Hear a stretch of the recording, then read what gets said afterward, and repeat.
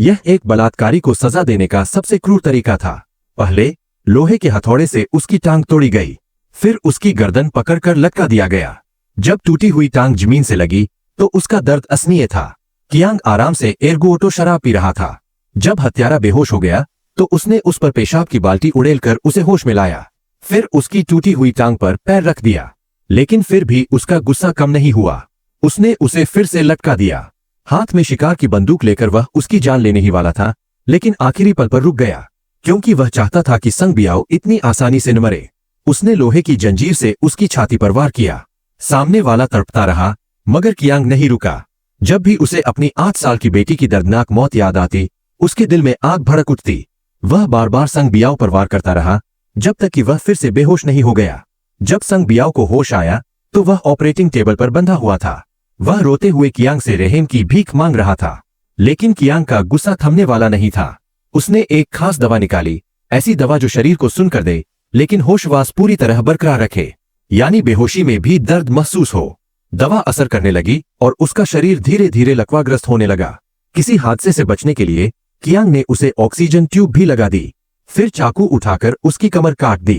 पूरा दर्द संग बियाओ साफ साफ महसूस कर रहा था। इसके बाद कियांग ने गुर्दे का सूप पकाया और जानबूझकर उसके सामने रख दिया, लेकिन इससे भी उसकी पीड़ा कम नहीं हुई। असल में हफ्ते भर पहले उसकी 8 साल की बेटी की हत्या कर दी गई थी। जब उसने बेटी का शरीर जख्मों से भरा देखा, उसका दिल टूट गया। आमतौर पर वह हर रोज बेटी को स्कूल छोड़ता था, लेकिन उसी दिन उसकी पत्नी ने उसे किसी काम के लिए बुला लिया। बेटी को अकेले जाना पड़ा और हादसा हो गया।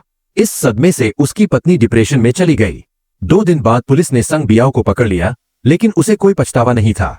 वह तो पूरे शहर के सामने हंस रहा था। पुलिस चीफ से कियांग को पता चला कि ऐसे केस में जज ज्यादा से ज्यादा 15 साल की सजा देगा। बेटी की याद में वह अपना गुस्सा नहीं निगल पाया और बदला लेने का फैसला कर लिया। उसने शहर से बाहर एक पुराना घर चुना जहां वह संग बियाओ को कैद रख सके। फिर उसने ट्रक ड्राइवर को पैसे देकर मिलावट करवाई ताकि कोर्ट ले जाते समय ड्राइवर बेहोश हो जाए। जिस दिन प्लान बना सब कुछ वैसा ही हुआ। ड्राइवर बीमार पड़ा, पुलिस नीचे उतरी और कियांग सीधे गाड़ी ले भागा। फिर एक छोड़ी हुई फैक्ट्री में जाकर उसने संग बियाओ को बेहोश किया और अपने अड्डे पर ले आया। पुलिस जल्दी ही शक करने लगी कि यह काम कियांग का है। रात को उसकी पत्नी ने फोन किया और उसे रोकने की कोशिश की, लेकिन कियांग ने फोन काट दिया और संग बियाओ को लोहे के फ्रेम से बांध दिया। इसके बाद वही सब हुआ जो शुरुआत में हुआ था। संग बियाओ पर लगातार यातनाएं दी गईं, मगर इन सब के बाद भी कियांग को चैन नहीं मिला। अगले दिन संग बियाओ ने जानबूझकर उसे उकसाया कि वह उसकी जान ले ले। कियांग ने गुस्से में उसका गला दबा दिया, लेकिन जैसे ही उसे याद आया कि कल उसकी बेटी का जन्मदिन है, उसने हाथ ढीले कर दिए। उसने तय किया कि अपनी बेटी के जन्मदिन पर ही वह संग बियाओ को मारेगा। उधर कियांग की खबर पूरे शहर में फैल गई। लगभग हर कोई उसके पक्ष में था। कई लोग कह रहे थे कि अगर वे होते तो और भी निर्दयी होते। यह सुनकर कियांग को फिर से हिम्मत मिली। उसने चाकू उठाया और संग बियाओ को फिर यातना दी। पुलिस ने पूरे शहर में छानबीन की, लेकिन उसका कोई सुराग नहीं मिला। कियांग ने इन 2 दिनों का बदला याद किया, मगर उसे एक पल की भी खुशी महसूस नहीं हुई, बल्कि दर्द और बढ़ गया। अगली सुबह पुलिस को उसकी छोड़ी हुई कार मिली और आसपास की जगह पर छापा मारा गया। उसी दिन उसकी बेटी का जन्मदिन था।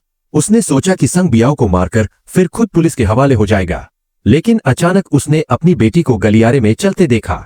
उसने उसे बाथरूम में ले जाकर जख्म साफ करने की कोशिश की, मगर खून बार बार बहने लगा। तभी उसे एहसास हुआ कि यह सब एक भ्रम है। उसी वक्त पुलिस ने घर घेर लिया।